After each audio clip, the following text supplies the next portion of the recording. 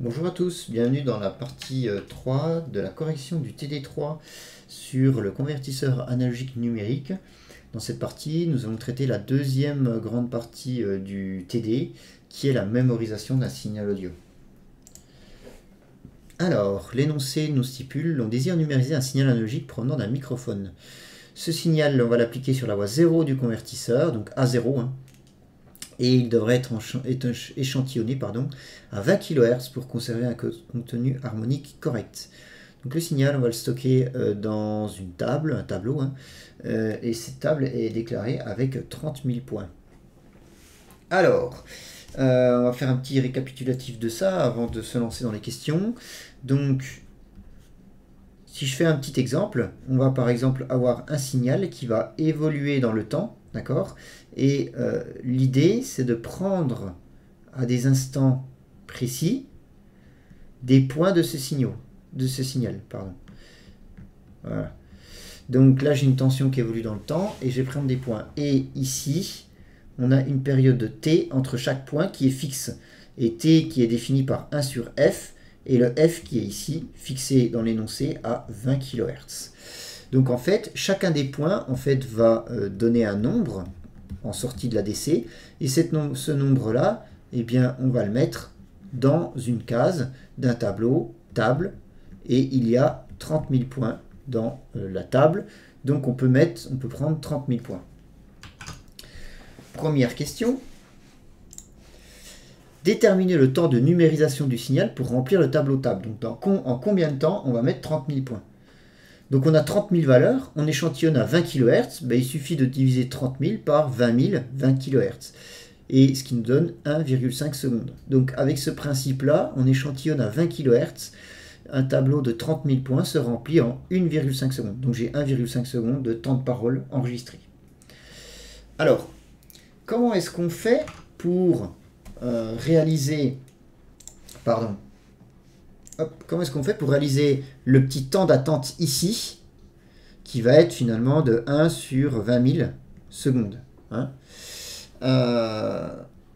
Alors, dans ce TD, nous allons faire une simple temporisation, comme on peut le voir en TP. Dans le TD suivant, on verra comment le faire un petit peu plus précisément. Donc, le délai entre chaque mesure, il est fixé approximativement par une temporisation logicielle. Écrire en langage C, la fonction tempo réalisant la temporisation demandée. Alors, on ne va pas le faire. Pourquoi? Parce que la correction que je vais vous proposer, c'est pas moi qui l'ai écrite, en fait. Vous allez la reconnaître, c'est celle qui est écrite par Texas Instruments via la fonction délai US. En effet, vous l'avez vu en TP, il y a une fonction en C que vous pouvez utiliser qui s'appelle délai US, donc pour délai microsecondes. Et vous mettez en paramètre de cette petite fonction le nombre en microsecondes de temps d'attente que vous voulez faire. Donc par exemple, nous on aura 1 divisé par 20 000, ce qui donnera, ici c'est millisecondes, c'est-à-dire 50 microsecondes. Donc on va attendre 50 microsecondes. Donc pour ce faire, il suffira d'écrire dans le code délai US 50L. Comme ceci. Ok. Alors, quand même, pour voir la fonction, comment est fait la fonction délai US? La fonction délai US, en fait, elle n'est pas écrite en C. Elle est écrite en assembleur. Et là, vous allez reconnaître quelque chose qu'on a vu au TD numéro 1. Alors, délai US, je vous ai mis ici la définition de la fonction. Alors, ce n'est pas une fonction à proprement parler, en fait. C'est un define, c'est une constante.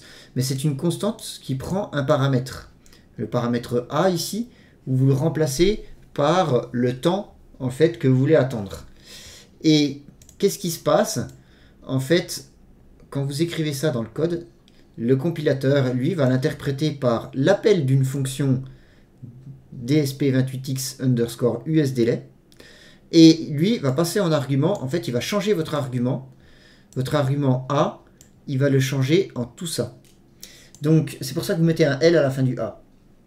Il va le caster en longue double pour qu'il puisse être... ainsi, A, vous pouvez le mettre entre 1 et puis 1, 1, 1, 1 avec 64 bits.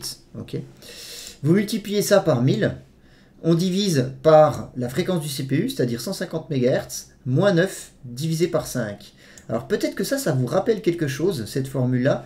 Et oui, c'est la formule qu'on avait vue dans le TD1 lorsqu'on avait fait la temporisation pour pouvoir calculer le nombre n à mettre dans l'accumulateur. Et bien pourquoi est-ce qu'on retrouve ça ici? Et bien parce que si vous ouvrez le fichier DSP28 3xx example.h et .c, pardon, pas .h, et vous allez, alors je ne sais plus à quelle ligne, mais je voulais copier-coller ici, vous allez chercher la fonction DSP28x USDelay. Ce n'est pas une fonction en C, c'est une fonction qui est une fonction assembleur. Donc vous voyez le point d'entrée ici, hein, point global underscore underscore DSP28x USDelay, et vous voyez l'étiquette ici, du début de cette fonction, hein, donc de ce sous-programme en assembleur. Et quel est ce sous-programme? Regardons ensemble. On soustrait à l'accumulateur 1 et on va boucler à USDLay, donc on va boucler ici, tant que l'accumulateur est supérieur à 0. Vous reconnaissez exactement le même programme que ce qu'on avait fait lorsqu'on faisait une temporisation dans le TP numéro 1. Donc en fait, le paramètre A que vous passez, c'est ce qui va être mis, une fois que cette formule est appliquée, dans l'accumulateur avant de lancer ceci. Donc on fait exactement la même chose que ce qu'on faisait en TD1. Et comme je vous l'avais dit, on est obligé de faire ça. Pourquoi? Eh bien parce que grâce à ça, on sait exactement le nombre de lignes de code assembleur que ça représente et on peut calculer très précisément le temps qui va être écoulé et donc calculer le nombre n nécessaire. Ainsi, lorsque vous utilisez cette fonction DelayUS, en fait vous appelez la petite temporisation qu'on a fait dans le TP1 en assembleur et lui s'occupe de calculer tout seul le nombre n à mettre dans l'accumulateur et de lancer cette fonction. Donc c'est super, hein, ce qu'on va pouvoir faire, on va pouvoir l'utiliser en mettant 50 dessus pour faire une temporisation de 50 microsecondes.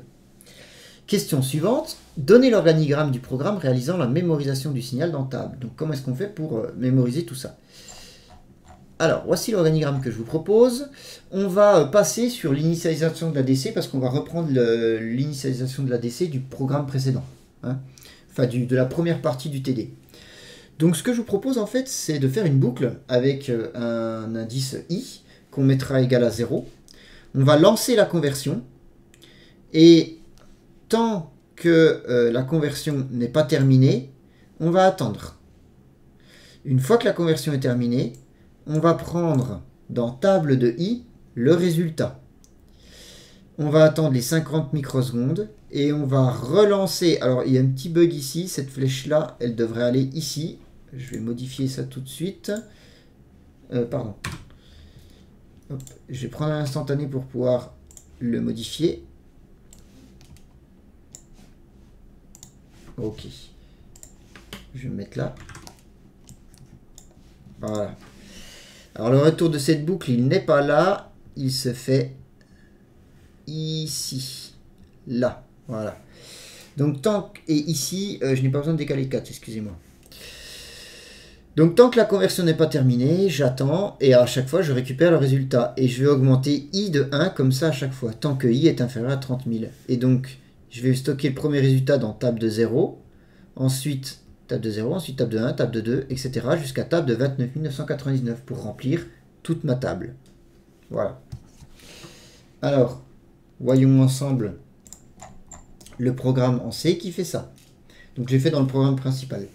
J'ai fait un petit define taille table 30 000 pour pouvoir initialiser mon tableau. Je l'initialiserai avec taille table, comme ça je peux changer facilement ici la taille de la table que je veux. J'ai recopié-collé ce que j'avais dans le template de TP, hein. Donc ça ne nous intéresse pas. Dans la fonction principale, voilà. Donc je fais init port, donc ça vient de la première partie précédente. Donc ici on n'en a pas besoin honnêtement, hein, dans cette partie-là. Je fais le configure ADC, j'ai laissé le même configuration que ce que j'ai fait dans la vidéo partie 1, donc dans la partie 1 du TD. Et je vais déclarer des variables, donc i que je mets égal à 0 et table que je mets égal à taille table, c'est-à-dire 30 000. Ensuite, je vais faire une boucle tant que i est inférieur à taille table, donc tant que i est inférieur à 30 000, i au début vaut 0. Je vais reset le séquenceur 1, lancer la conversion, attendre mes 4 nopes pour que la conversion se lance bien, attendre la fin de la conversion en attendant tant que le bit séquenceur 1 busy est à 1. Dès qu'il repasse à 0, c'est que ma conversion est terminée. Je récupère mon résultat. Mon résultat, il est dans ADC résulte 0. Et je le mets dans table de i qui va varier de 0 jusqu'à 29 999. J'attends 50 microsecondes, j'incrémente i de 1 et je recommence. Ainsi, je vais remplir en 1,5 secondes entièrement ma table. Et voilà qui conclut, ça conclut ce TD. Alors quand même, en conclusion, je voudrais apporter un petit bémol à cette technique, puisqu'en fait, il ne s'écoule pas exactement 50 microsecondes entre deux conversions, parce que je fais des lignes de code dans le while, etc. Et on sait que chaque ligne de code en C donne une ou plusieurs lignes de code en assembleur, et donc c'est du temps qui s'écoule. Ainsi, en fait, il ne se passe pas tout à fait 50 microsecondes, mais un petit peu plus. On verra dans le prochain chapitre, avec les timers, comment cette fois-ci déclencher l'ADC précisément toutes les 50 microsecondes. Je vous remercie.